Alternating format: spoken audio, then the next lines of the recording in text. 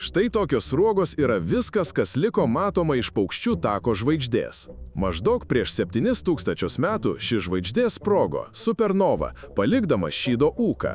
Tuo metu besiplečiantis debesis tikriausiai buvo ryškus kaip jaunas mėnulis ir liko matomas savaitėmis žmonėms gyvenusiems užfiksuotos istorijos laikotarpyje. Šiandien likęs supernovos liekanas, taip pat žinomos kaip gulbės kilpa, išblėso ir dabar matomas tik per nedidelį teleskopą, nukreiptą į gulbės Cygnus žvaigždyną.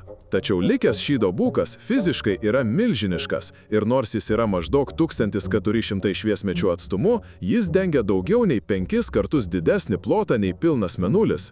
Pateiktas paveikslėlis buvo padarytas Kuveite 2024 metų viduryje ir jame matoma vandenilio spinduliuojama raudona šviesa ir deguonies mėlyna.